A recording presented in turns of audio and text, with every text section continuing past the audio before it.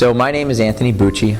I am a Philadelphian for almost 10 years now, but I originally grew up in, southwest of the city in Chester County, Glen Mills area.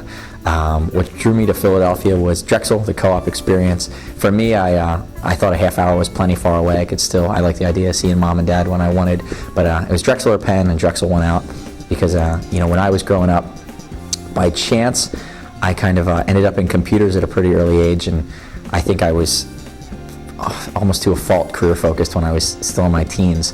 So for me it was, what's the next stepping stone career-wise, and how does that relate to the college I go to? So that's what really brought me to Philly.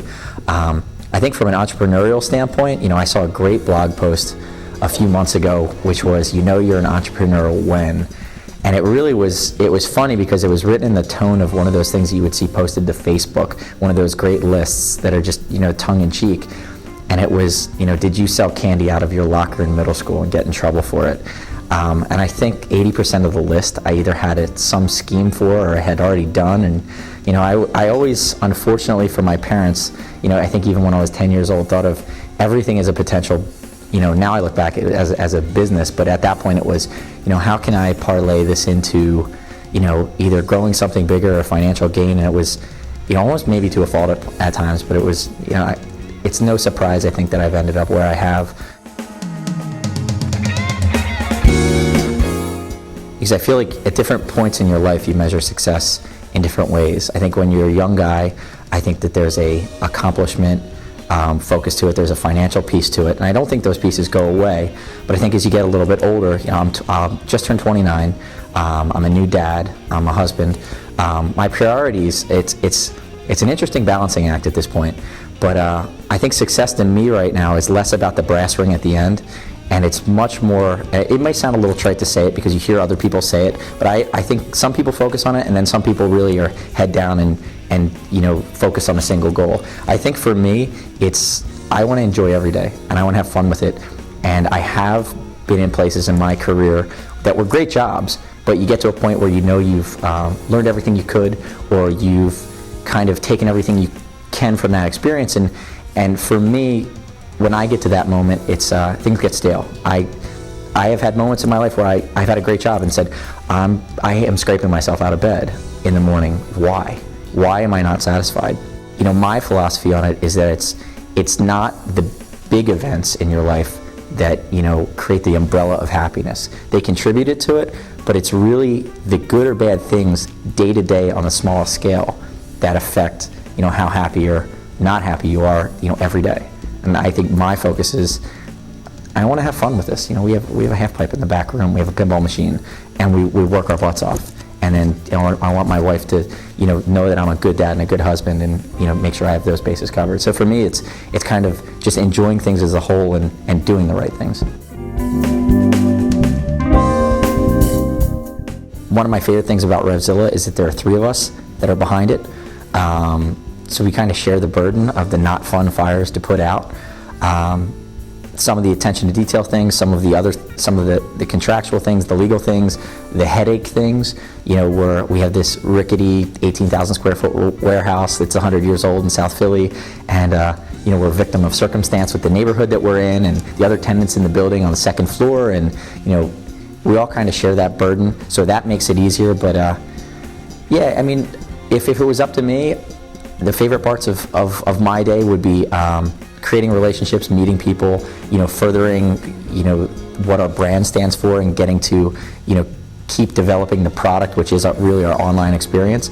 But other than that, it's, there's all those other I's and T's that need to be taken care of, and that's, it's a financial piece. It's watching everything else, the managing the employee piece, making sure everybody's doing the right things. A company this small with only a few full-time employees at 2 years in, unfortunately, some of it by default still is micromanaging because we're still so close to everything. So when one of myself or my co-founders has to take the phone call from the angry customer that's about a $200 online order, and it's they're pissed that they missed their trip and it didn't get there, and at this stage of the game, God, we can't wait to get off the phone and give them their money back. It's fine. We'll take a loss, turn their frown upside down. But I mean, it's still, it's never fun to to be at the level where you can still get yelled at by a single customer, but at the same point, is it a bad thing? I mean, it kind of keeps you in check, and it keeps you still listening, because I think that the biggest thing that we could fail at right now is if we got comfortable or stopped listening to who's driving everything that we're doing, which really is our customer base. Regardless of the fact that I had an idea to do a motorcycle business, online, if we're going to collectively do this, I want us all to have the same amount of skin in the game. I want the dynamic to be, an equal dynamic, to where everybody has the same say, and I don't even want to have to deal with the headache of, you own 5% more than I do, or, at that point too, it's what do you really own? At that point, it was we don't own anything. We own an idea that we think we know how to get to market. So the partnership for us, we broke it up.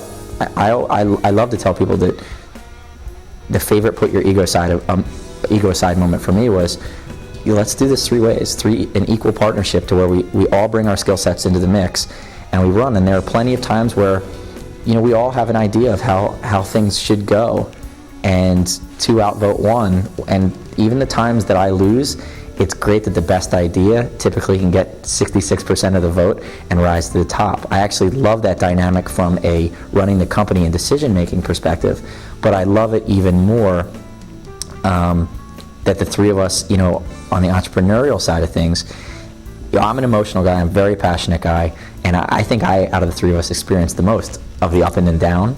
But to have 2 other guys that are other smart guys that may have a different outlook because they have a different, personality traits than I do, and a different skill set or different core competency, we all can kind of pick each other up, and then we can all check each other when we're getting ahead of ourselves, or when we think that this idea has legs and is the next big thing, and 2 out of 3 go, yeah, that's not where we're going to stick $5,000 this month. For me, the key, and this is what I would say to somebody who's debating it, is how much of a beating can you take and still wake up the next day and look in the mirror and be okay with the position you're in and say, you know what, I will will it to happen. I will be successful. I will figure it out. I will climb the brick walls if I need to be.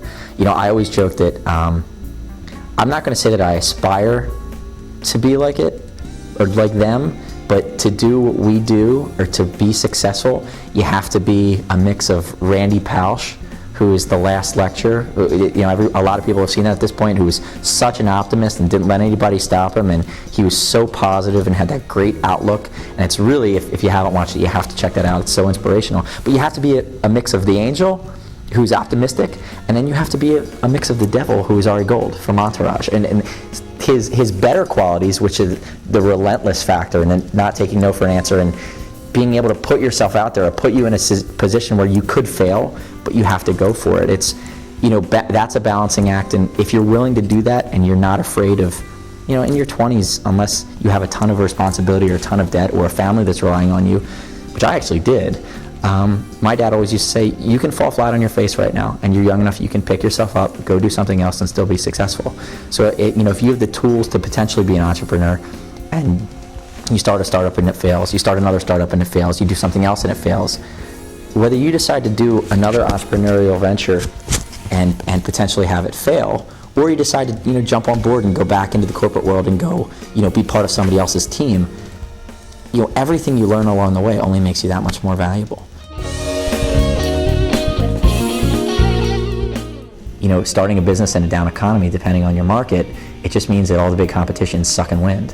And for us, it's been how can we gain market share as quickly as possible, and we're okay with things still being down because we're still growing and we're still doing a great job of, the belt was tight when we started this. So we didn't, even when Sequoia did their doom and gloom presentation that everybody saw, we didn't have any fat. There were 3 of us, we had no employees. So, to continue to grow smart has just been our focus.